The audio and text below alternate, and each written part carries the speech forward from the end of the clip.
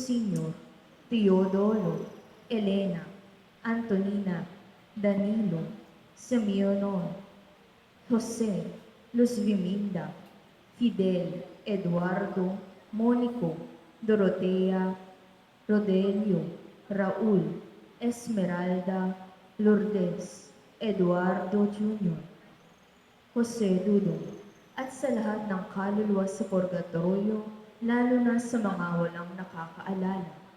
Ang parokya ng Birhen ng Kapayapaan at mabuting paglalakbay ng Tondo ay labis na nagagalak sa inyong pagdalo sa ating banal na misa bilang isang pamilya. Ngayon ay ikalimang linggo ng Pasko ng muling pagkabuhay. Ang mamumuno sa ating banal na misa ay si Reverend Father Arnel Diaz OAR. Magsitayo ang lahat.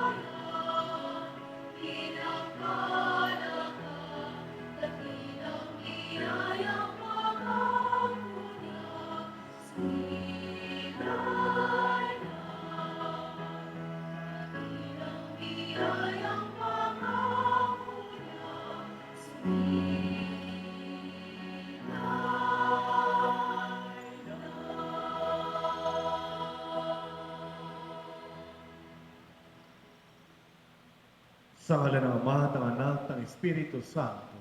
Amen. Sumainyo ang Panginoon. At sumayo rin. Mga kapatid, namin natin ating masananan upang tayo maging marapat gumanap sa banal na pagdiriwang. Inaamin ko Sa makapangyarihang Diyos at sa inyo mga kapatid, na lubha akong nagkasala sa isip, sa salita at sa gawa, at sa aking pagkukulang. Kaya isinasamo ko sa mahal na Birhen Maria, sa lahat ng mga anghel at mga banal, at sa inyong mga kapatid, na ako'y ipanalangin sa Panginoong ating Diyos. Kawan tayo ng mga pangyarihan Diyos, patawarin tayo sa ating mga kasalanan at patnubayan tayo sa buhay na walang hanggan. Amen.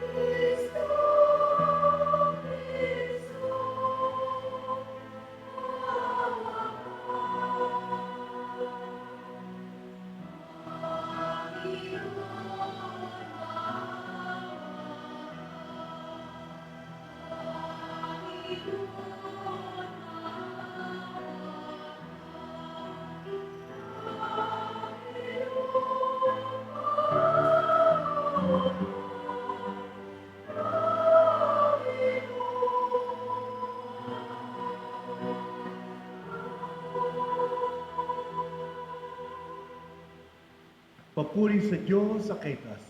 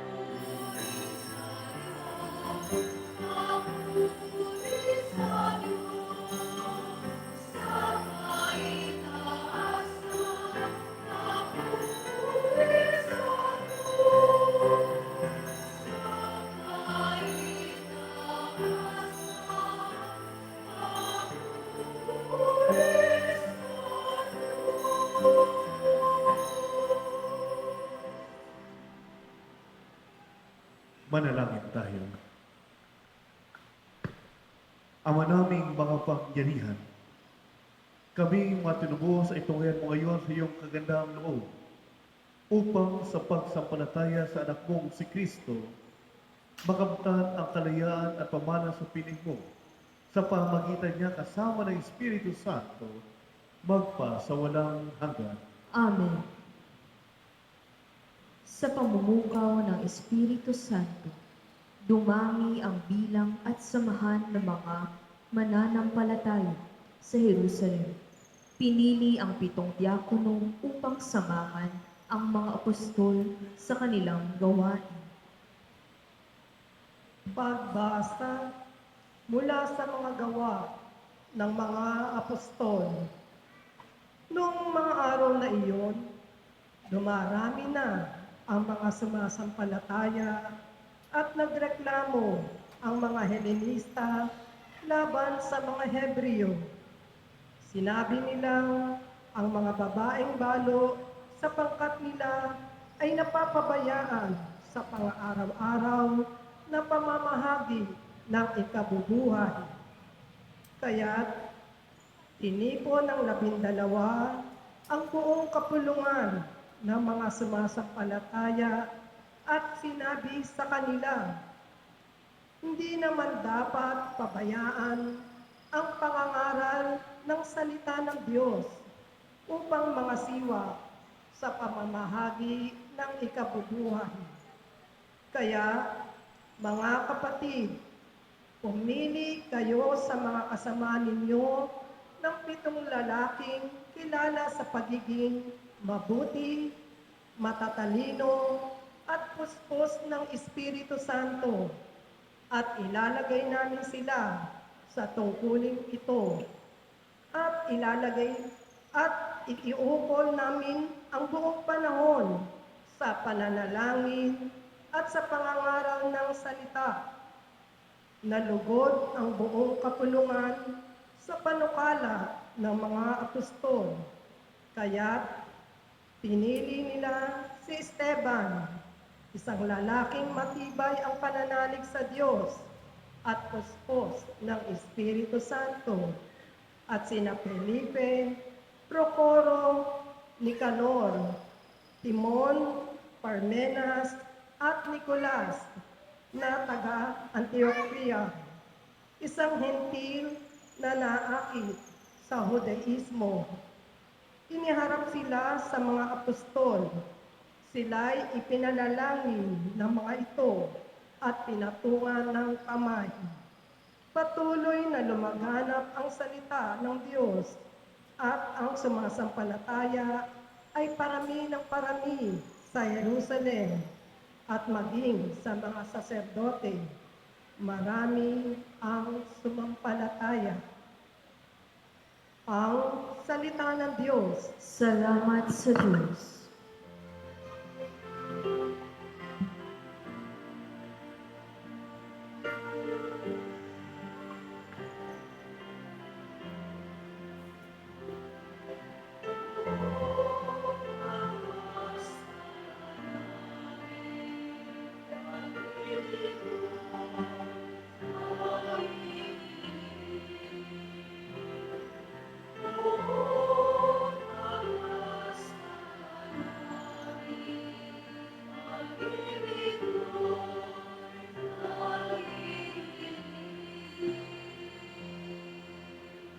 Lahat ng matuwid dapat na magsaya dahil sa ginawa ng Diyos sa kanila. Kayong masunuri, magpuri sa Kanya.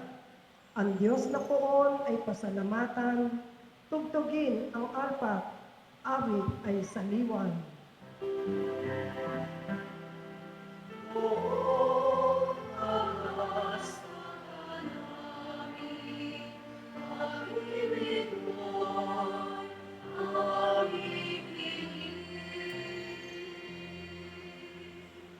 Panginooy tapat sa kanyang salita at maaasahan ang kanyang ginawa.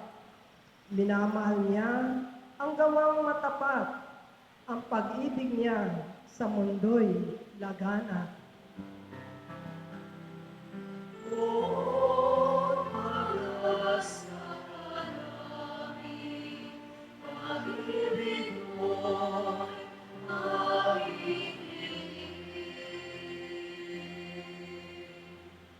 Ang may takot sa Diyos at nagtitiwala sa kanyang pag-ibig ay kinakalinga. Hindi babayaang sila ay mamatay, kahit magtagutom, sila'y binubuhay.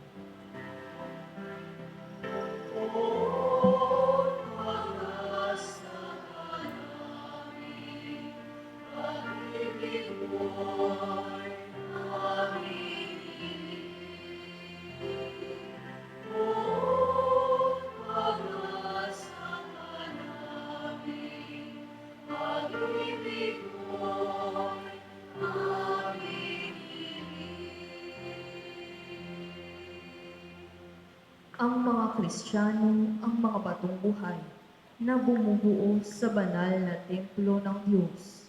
Ito'y isang pagpapala at isang pananagutan.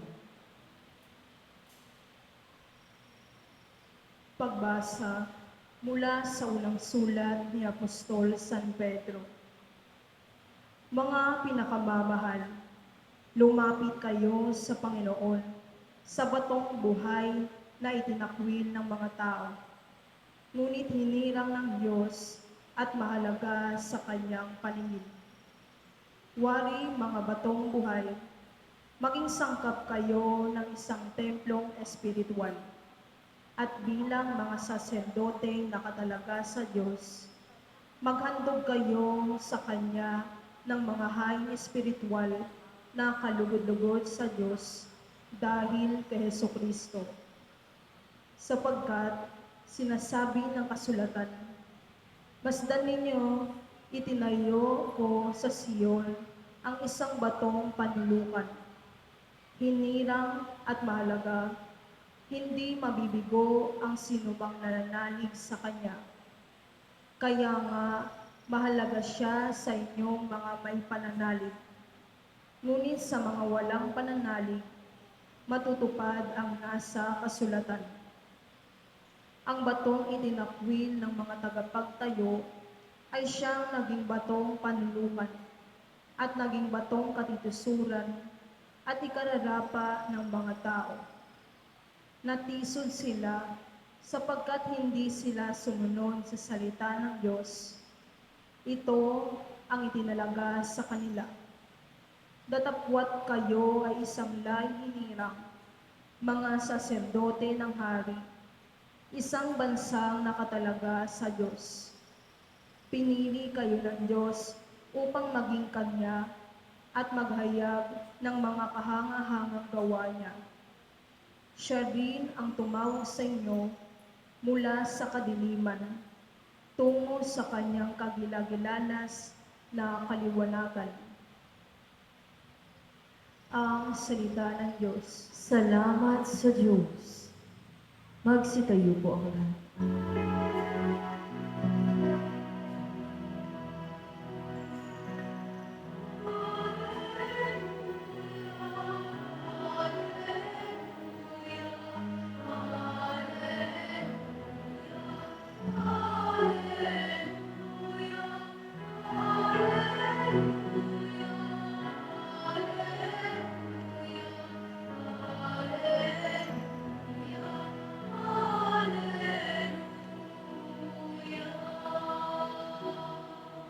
Ikaw, O Kristo, ang daan, ang katotohanan at buhay, patungo sa Amang mahal.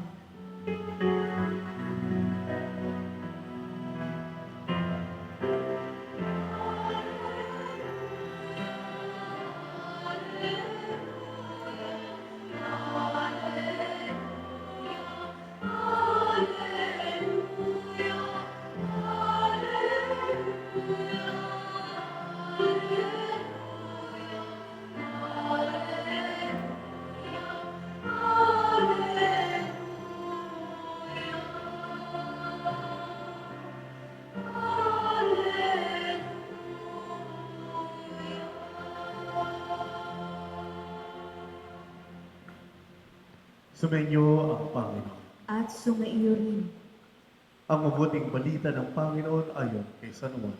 papuri sa iyo, Panginoon.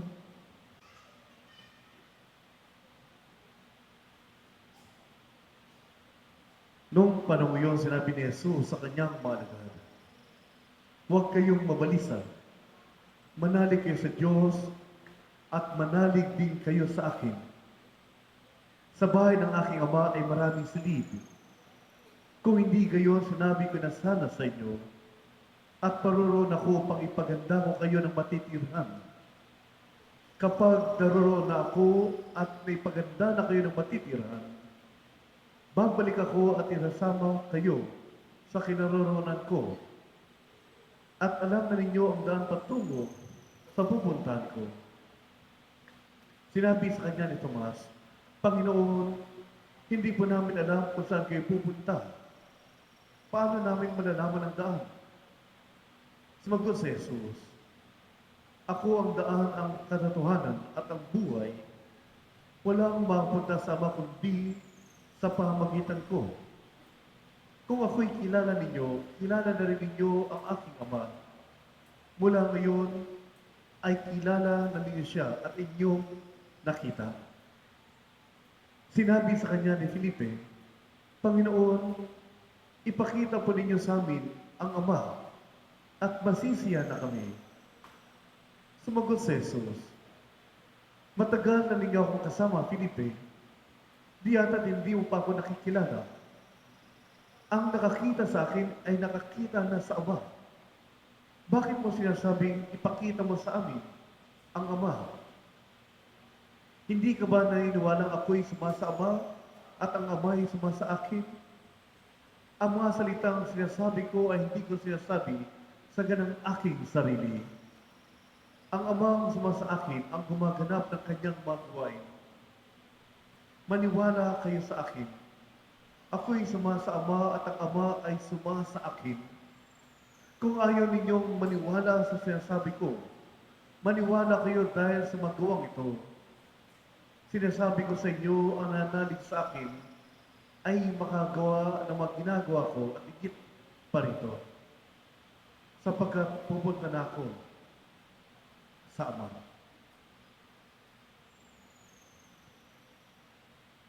Ang mabuting balita ng Panginoon. Pinupuri ka namin, Panginoong Yesukristo.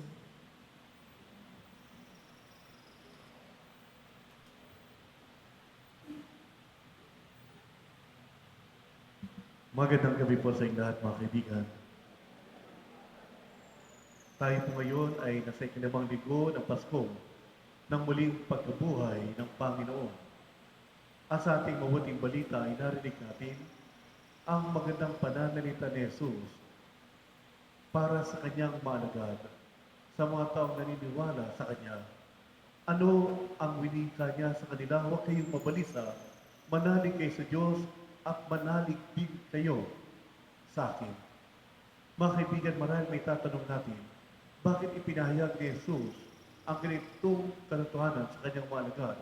Bakit niya winika ang ganitong mga payo sa kanyang mga minamahal na mga alagad? Unang-una, sapagkat noong ipinahayag ni Jesus na siya ay babalik na sa Ama, na siya ay babalik na sa kanan ng Ama, na siya ay babalik na sa kaharian ng langit, ano doon na nakita ni Jesus kung paano ang kanyang maalagad ay naglulumihanan. Ano doon na sila ay balisang-balisa na puno ng maraming katanungan. Kung kaya nga winika ni Jesus sa kanila, huwag kayong mabalisa, manalig kayo sa Diyos at manalig din kayo sa akin. Ikalawang rason, sapagkat noong mga panahon na iyon, marami ring mga concerns, mga katanungan ang mga alagad. Katulad na lamang ng ating narinig sa mabuting balita, nalilito si Tomas tungkol sa daan. Gayun din naman si Felipe, naghahangad siya na makita ang Ama. Ang ibang alagad ay tahimik lamang, pero ano doon ang maraming katanungan. Sino nga ba ang taong ito na matay at muling nabuhay? Paano niya masasabing siya ay babalik na sa Ama? Ano doon ang maraming katanungan na nagdala ng kaguluhan sa kanilang pag-iisip at nagdala rin ng pagkalito sa kanilang pananampalataya. Kung kaya nga winika ni Jesus sa kanila, manalig kayo sa akin, manalig kayo sa Diyos, huwag kayong mabalisa. At pangatlong rason, batid ni Jesus na sa kanyang paglisan, ang mga alagad ay mapupuno ng hirap ng dusa. Ano doon na hindi maging madali ang kanilang pagpapahayag tungkol sa Kanya, tungkol sa Kanyang kabanalan at kadakilaan, tungkol sa Kanyang kaluwalhatian, hindi maging madali sa mga alagad kung paano mabuhay ayon sa pananalita at pagkilos ni Jesus, ang Panginoon, sapagkat naririyan ang mga parisay at mga iskriba, naririyan ang mga pinuno ng bayan, naririyan ang mga punong saserdote. Hindi magiging madali na ipahayag ang katotohanan ng tungkol kay Jesus, maging sa mga taong kanilang pinaglilingkuran, maging sa kanilang mga kapwa Hudyo, kung kaya nga paulit-ulit nating narinig ng mga nakalipas na araw hanggang sa ngayon, ang pananalita ni Jesus. Huwag kayong mabalisa, huwag kayong matakot. Manalig kayo sa Diyos at manalig din kayo sa akin. Mga kaibigan, ito rin po ang katotohanan na ating naranasan sa kasalukuyan. Katulad ng mga alagad, tayo rin ay naguguluminhanan sa maraming bagay. Tayo ay napupuno ng maraming mga negatibong bagay na nagdadala sa atin ng takot. Takot sa puso't isipan, sa ating kalooban, sa ating pagiging tao. Halimbawa, yung mga pagsubok na dumarating sa ating buhay, sa ating pamilya, sa ating mga minamahal. Yung walang katiyakan sa hinaharap. Yung sunod-sunod na sakit na pumapasok sa ating pamilya. Yung kamatayan na halos wala nang tigil na pumapasok sa ating mga minamahal. Nung nakikita natin yung ating negosyo ay yung bumabagsak o napakahirap ng pumasok yung pera. Hirap na hirap na tayo mabuhay. Parang kuning ang isang kaing isang tuka. Ano doon na nagtatanong tayo, ano doon na nagugulumihanan tayo. Paano natin masasabing ang Diyos ay pag-ibig kung ganito ang naranasan natin? Paano natin masasabi na ang Diyos ay kumakalinga kung halos tayo ay alipin na ng kadiliman at ano doon ang mga negatibong bagay na para bagang binabagsakan na tayo ng langit at lupa, napakabigat ng buhay. Paano natin masasabi na ang Diyos ay sumasa atin at ipinapakita niya ang larawan ng kanyang Ama, mapagkalinga, maunawain, mapagbigay, nagbibigay halaga kung tayo ay nakaranas ng mga bagay-bagay katulad ng manarasan ng mga alagad, pagsubok, hirap, dusa, mga negatibong bagay. Pero binika ni Jesus, ako ang katotohanan, ako ang daan, ako ang buhay. Mga kaibigan, ito'y panyaya, hindi lamang upang magbigay direksyon sa ating pagkatao, ito'y panyaya upang nandun nating pahalaga ng Diyos. Pumasok tayo sa malalim, sa personal na pakikipag-ugnayan sa Kanya. Si Jesus ang daan, ang katotohanan at ang buhay. Sa pamamagitan ni Jesus, nakilala natin ang Ama. Puno ng pagpapahalaga sa Kanyang dinanang, sa Kanyang bayang unang minahal at kinanlinga. Sa pamamagitan ni Jesus, narinig natin, siya ang daan. At siya bilang daan, mapupuntahan natin ang tahanan ng Ama, na kung saan siya mismo ang naganda, na kung saan sa kanyang pananalita, doon ay wala ng dusa, wala ng hirap, wala ng pigati, wala ng kamatayan. Si Jesus bilang buhay, ipinakita niya sa atin ang katotohanan na ang bayan ng Diyos, ang naisang Ama ay buhay na walang hanggan, kaluwalhatian, kapanatagan, kapayapaan. Kung kaya nga mga kaibigan, kapag kapiling natin ang Diyos, kapag kapiling natin ang Panginoon sa Jesus, hindi tayo mawawala. Ano doon pa rin ang kahirapan? Ano doon pa rin ang mga pagsubok? Subalit, hindi tayo iiwanan ng Diyos. Hindi niya tayo pabayaan. Ano doon pa rin ang kanyang paggabay? Sapagkat siya ang daan, ang katotohanan at ang buhay. Sapagkat siya ang sinugo ng Ama. Sapagkat ipinakita niya na ang kabutihan, ang kabanalan ng Ama, ipinakita niya na ang nais ng Ama sa kanyang bayan, buhay na walang hanggan. Tinalo ni Jesus ang kasalanan, tinalo ni Jesus ang kamatayan, at ito rin ang nais niya sa kanyang bayan, sa ating lahat. Talunin ang kamatayan, talunin ang kasalanan. Sa paanong pamaraan, katulad ng ating narinig sa huling bahagi ng mabuting balita, ang sino mang nanalig sa akin ay makagawa na magginagawa ko at higit pa rito. Ano ang ibig sabihin ng ganitong pananalita? Kung paano ang Diyos ay naging banal, kaya din natin maging banal. Kung paano si Jesus ay kumalinga, maging sa mga taong wala ng hindi nakarapat-dapat kalingain, mahalin ang paglingkuran, ano doon na pinakita pa rin niya ang kanyang pagpapalaga sa lahat. At din tayo, kaya pa rin natin kumalinga, kaya pa rin natin magpatawad, kaya din nating umunawa, magpahalaga sa buhay, kaya nating maging banal at maging dakina, kaya pa rin nating iugnay ang ating buhay sa Diyos. Sa gitna ng hirap, ng puso, ng bigati, sa gitna ng mga pagsubok na dumarating sa atin. Ito ang pagpapayag ni Jesus. At ito ang nais niyang ipabatid sa atin at yakapin natin. Nang sa gayon, kapag tayo ay namumuhay sa Diyos, kapag tayo ay nagpapalaga sa kanyang pananalita, ano doon ang bunga? At ano ang bunga? Sa huling bahagi ng mabuting balita, buhay kasama ang Ama, ang kaharian ng langit.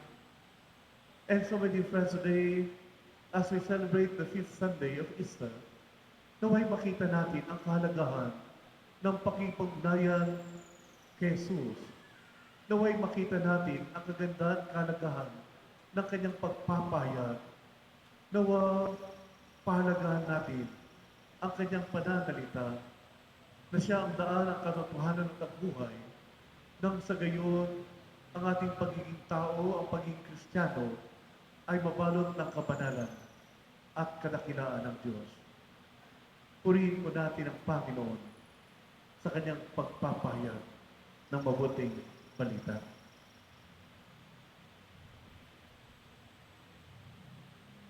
Magsitayo po. Ipahayag natin ang ating pananampalataya. Sumasampalataya sa Diyos amang makapangyarihan sa lahat, na may gawa ng langit at lupa. Sumasampalataya ako kay Jesucristo, iisang anak ng Diyos, Panginoon nating lahat.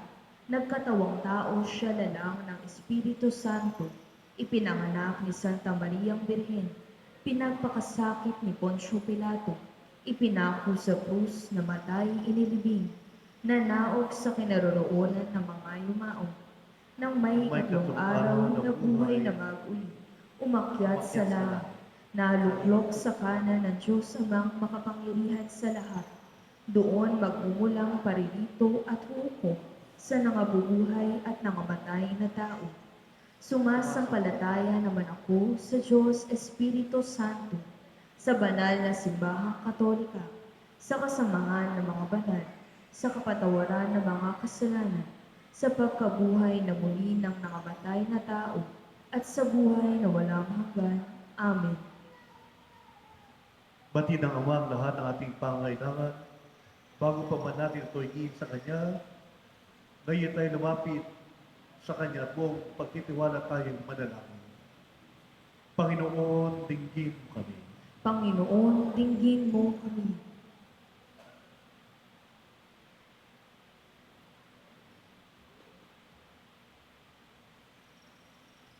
Para sa Santo Papa, mga obispo, pari, reliyoso, at diakono, patuloy nawa nilang akayin ang kawan patungo kay Kristo na tagabangkita ng Diyos at ng tao, at siyang gagabay sa amin sa landas patungo sa Ama. Manalangin tayo. Panginoon, dinggin mo kami. Para sa mga pinuno ng bawat bansa, tularan nawa nila ang paglilingkod ng mga unang diakono ng ating simbahan upang maisulong nila ang katarungan at kapayapaang panlahat. Manalangin tayo Panginoon, dinggin mo kami. para sa mga naguguluhanan, nakakaramdam ng kalungkutan, at may iniindang takot sa puso, makasumpong nawa sila ng lakas at pananalig kay Kristo na siyang ating daan, katotohanan at buhay. Manalangin tayo. Panginoon, dinggin mo kami. Makarating nawa sa silid na inihanda ng Ama sa kanyang kaharian ang mga kapatid nating namayapa. Manalangin tayo. Panginoon, Panginoon, dinggin dinggin mo mo kami. Sa sandaling katahimikan natin po ngayong itaas sa Diyos, ang ating mga personal na pangailangan, subalit din ang lahat ng may intensyon sa banal na misang ito. Ama naming nasa langit, ibinigay mo ang iyong anak na si Jesus bilang aming gabay. Turuan mo kaming makinig sa Kanya upang makamit namin ang iyong kaharian, kung saan siya'y naghaharing kasama mo ng Espiritu Santo, magpa sa walang hanggan. Amen.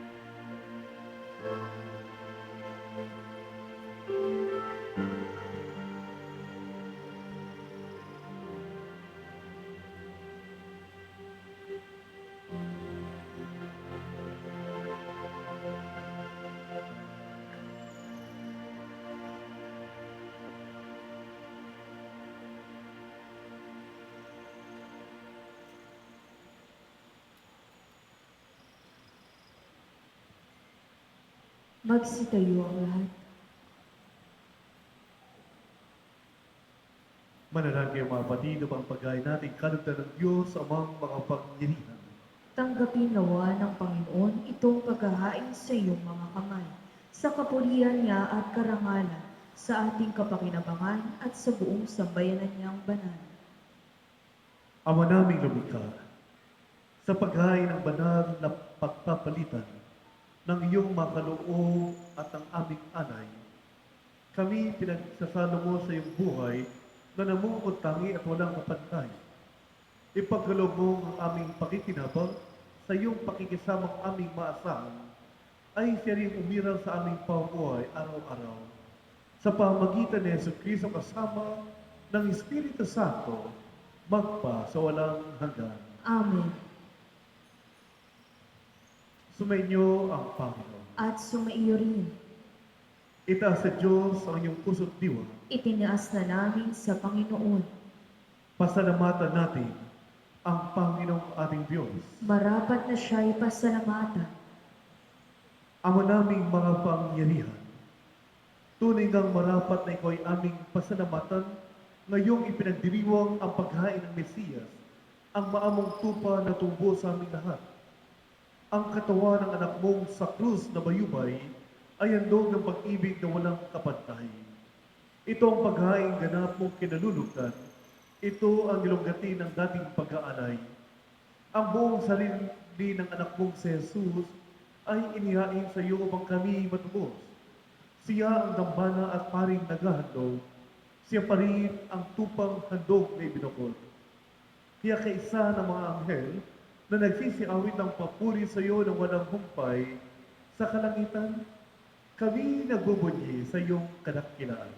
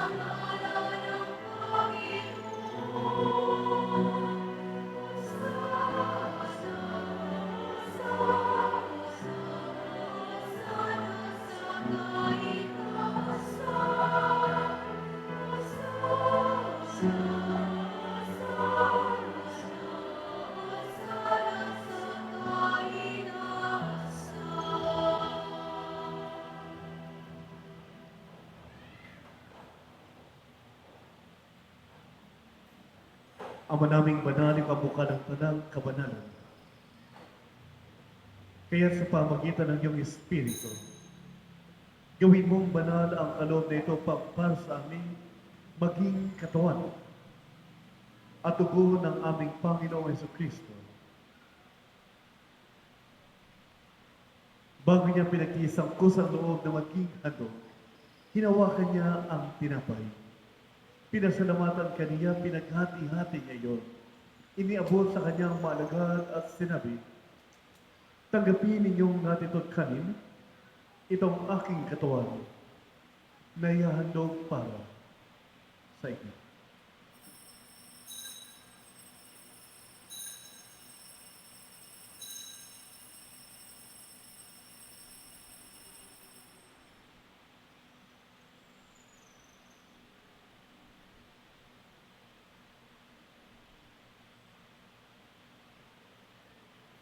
Gayun din naman ang matapos ang hapunan, hinawakan niya ang kalis.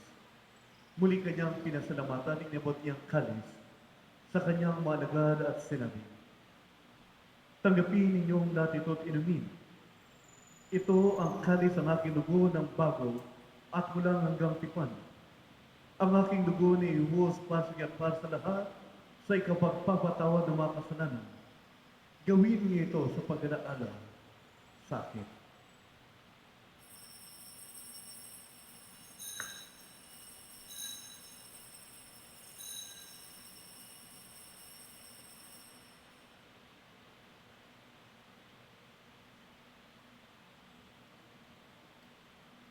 Ipagbunyi natin ang misteryo ng pananampalataya.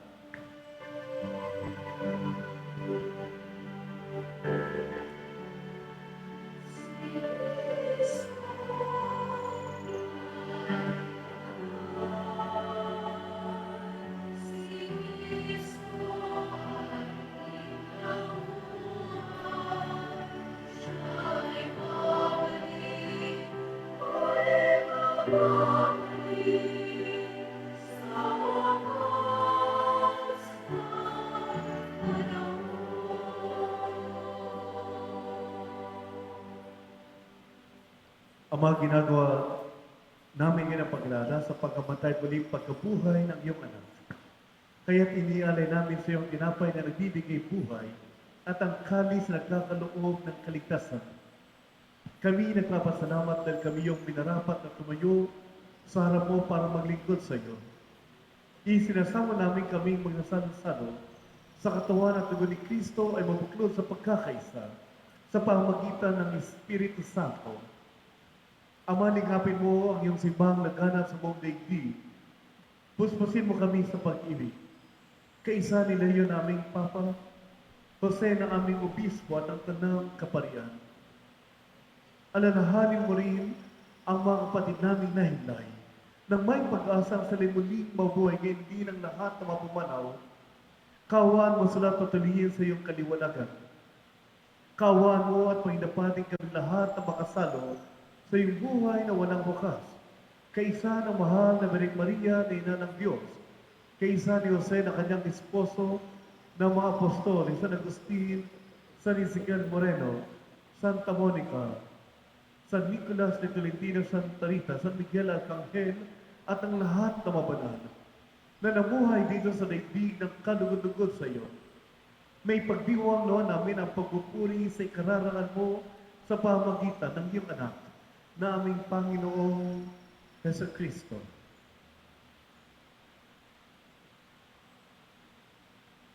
Sa pamagitan ni Kristo, kasama niya sa kanyang lahat ng parangal at papuri sa iyo, Diyos amang makapangyarihan, kasama ng Espiritu Santo, magpa sa walang hanggan.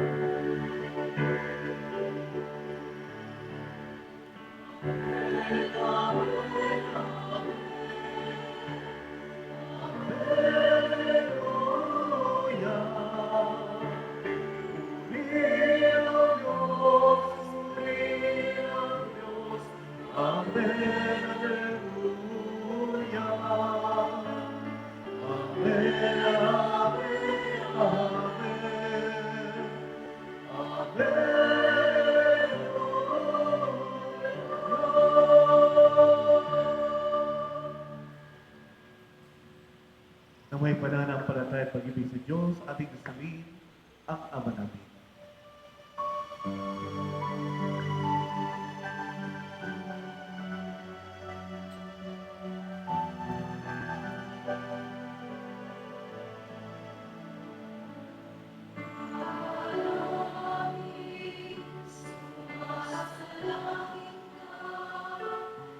Sampayin ang galang mo, mapasa amin ang kaharian mo, sumunin ako mo, ito sa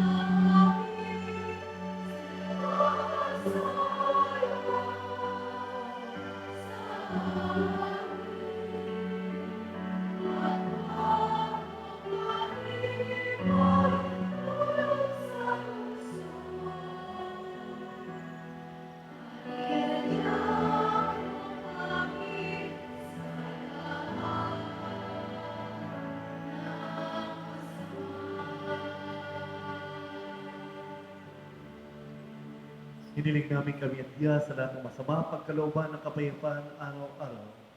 Iligtas sa kasalanan at ilayo sa lahat ng kapahamakan. Samantalang aming kinananabikan ang dakilang araw ng pagpapahayag ng tagapagligtas naming si Jesucristo. Sapagkat iyo ang kaharian, ang kapangyarihan at ang kapurihan, magpakailanman. Amen. Panginoong Jesucristo, sinabi mo sa iyong mga apostol, kapayapaan ang iniiwan ko sa inyo, aking kapayapaan, ang ibinibigay ko sa inyo. Tungayan mo ang aming pananampalataya at huwag ang aming pagkakasala. Pagkalooban mo kami ng kapayapaan at pagkakaisa ayon sa iyong kalooban, kasama ng Espiritu Santo, magpa sa walang hanggan. Amen. Ang kapayapaan ng Panginoon ay laging sumainyo. At sumaiyo rin. Magbigayan kayo ng kapayapaan sa isa't isa. Peace with you.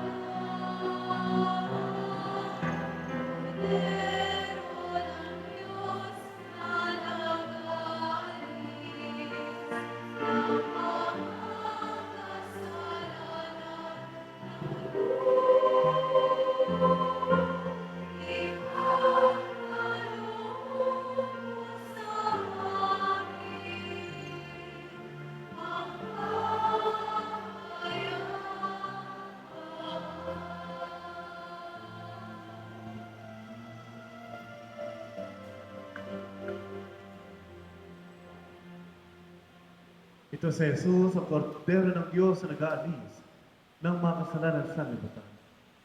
Mapalad tayong inanihan sa kanyang piging. Panginoon, hindi ako karapat-dapat na magpatuloy sa iyo. Ngunit sa isang salita mo lamang ay gagaling na ako. Katawan ni Kristo. Amen.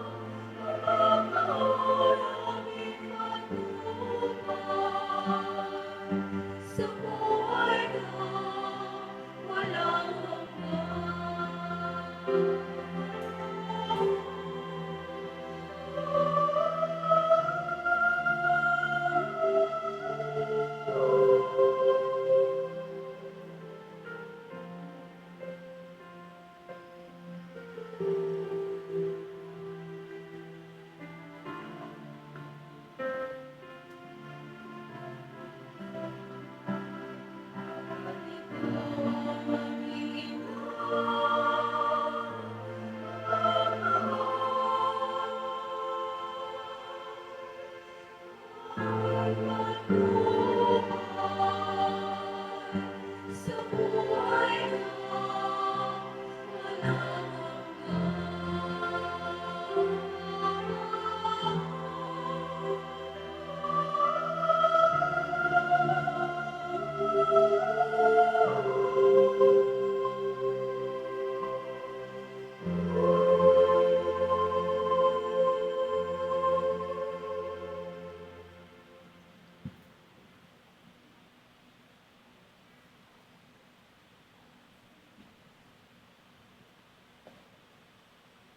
Magsitayo na po ang lahat.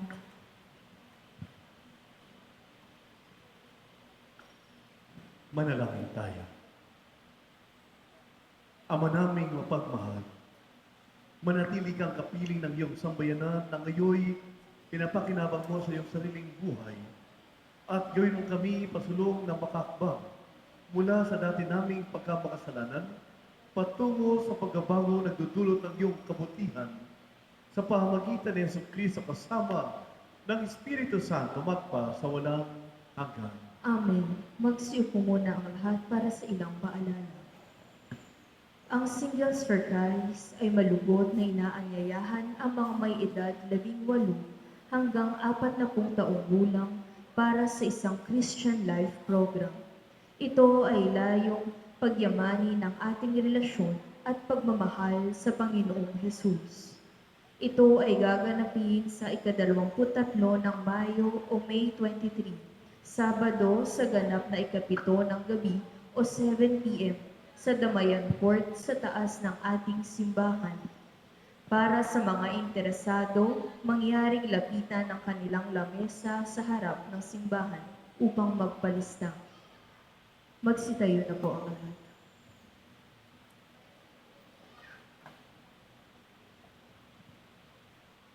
Let us ask the intercession of the Blessed Virgin Mary, Our Lady of Peace, and the protection of Saint Michael the Archangel. Let us pray.